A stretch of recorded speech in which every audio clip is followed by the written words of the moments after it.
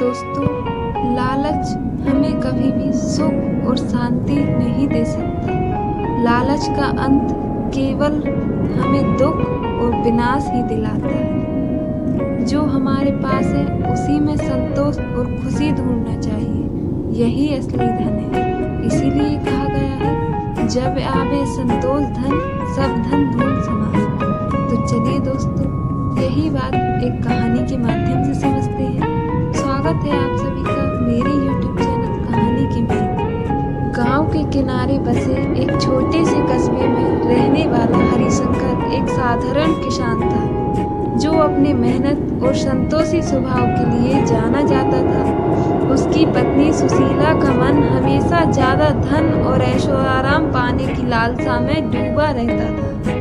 एक दिन हरिशंकर अपने खेत में हल चला रहा था, तभी उसके हाथ में अचानक जमीन के नीचे दबा हुआ एक पुराना संदूक लग गया। उसने संदूक खोला तो उसमें सिर्फ एक कागज का टुकड़ा मिला, जिस पर लिखा था, इस संदूक को जंगल के बीच में स्थित पहाड़ी की चोटी तक ले जाओ, वहां तुम्हें अपार धन मिलेगा। हरिशंकर ने इस संदेश को नजरअंदाज कर दिया, लेकिन जब उसने ये बात सुशीला को बताई तो उसकी आंखें चमक आईं। उसने हरिशंकर से कहा, अगर वहाँ सच में धन है तो हमारी गरीबी मिट जाएगी और हम आराम की जिंदगी जी सकते हैं। हमें यह मौका नहीं गंवाना चाहिए। सुशीला के दबाव में आकर हरिशंकर मान गया और अगले ही दिन वे दोनों संदूक को लेकर जंगल की ओर चल पड़े। जैसे जैसे वे जंगल में आगे बढ़ते गए, रास्ता और भी कठिन और खतरनाक होता गया। रास्ते में वे एक बूढ़े साधु से मिले, जिसने उन्हें चेतावनी दी, बेटा, इस जंगल में धन का लोभ तुम्हें बर्बाद कर सकता है। जो चीज आसानी से मिलती नहीं, उसके पीछे भागने के पहले सोच लेना चाहिए।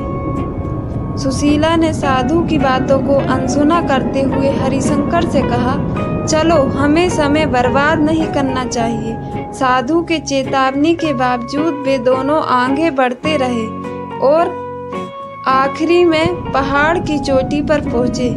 वहां एक गुफा थी, जिसकी दीवारों पर चमचमाती रोशनी बिखरी हुई थी। जैसे ही सुशीला ने गुफा के अंदर कदम रखा, उसका दिल धड़क उठा। चारों ओर सोने, चांदी और बहुमूल्य रत्नों का ढेर था।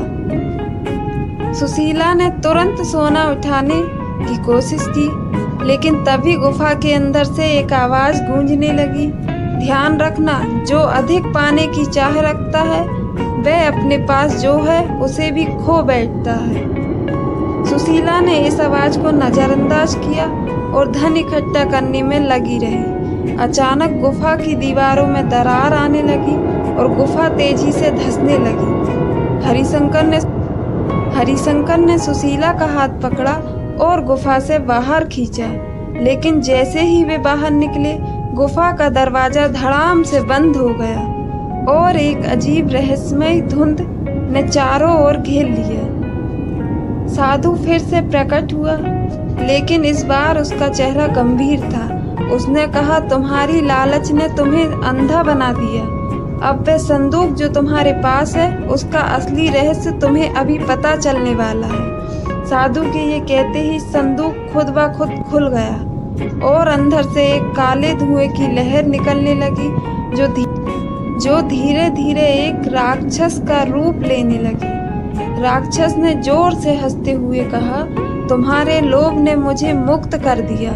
अब मैं तुम्हारे जीवन से तुम्हारा सबसे कीमती चीज छीनने आया हूँ, तुम्हारी शांति और सुख। हरिशंकर और सुशीला के चेहरे पर डर की लकीरें खिंच गई। वे समझ गए कि उन्होंने एक बहुत बड़ी गलती कर दी है। साधु ने राक्षस की ओर देखा और कहा, लोभ ने इस राक्षस को जन्म दिया है।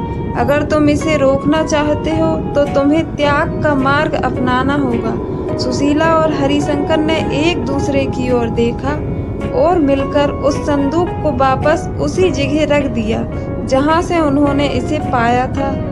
जैसे ही उन्होंने संदूक को छोड़ दिया, राक्षस धुंध में बदलकर गायब हो गया और साधु ने आशीर्वाद दिया, अब तुमने लोभ को त्याग दिया है, इसलिए तुम्हें शांति मिलेगी। याद रखना, जो चीज हमारे भाग्य में होती है वह सही समय पर हमें मिलती है।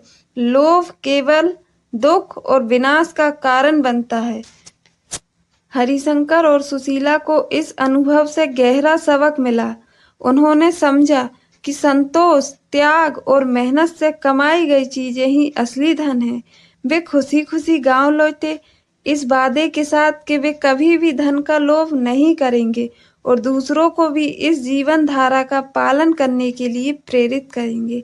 तो दोस्तों, आपको आज की कहानी कैसी लगी कमेंट में ज़रूर बताएं और चैनल को सब्सक्राइब और वीडियो को लाइक कर दीजिए। मिलते हैं दोस्तों अगली वीडियो में।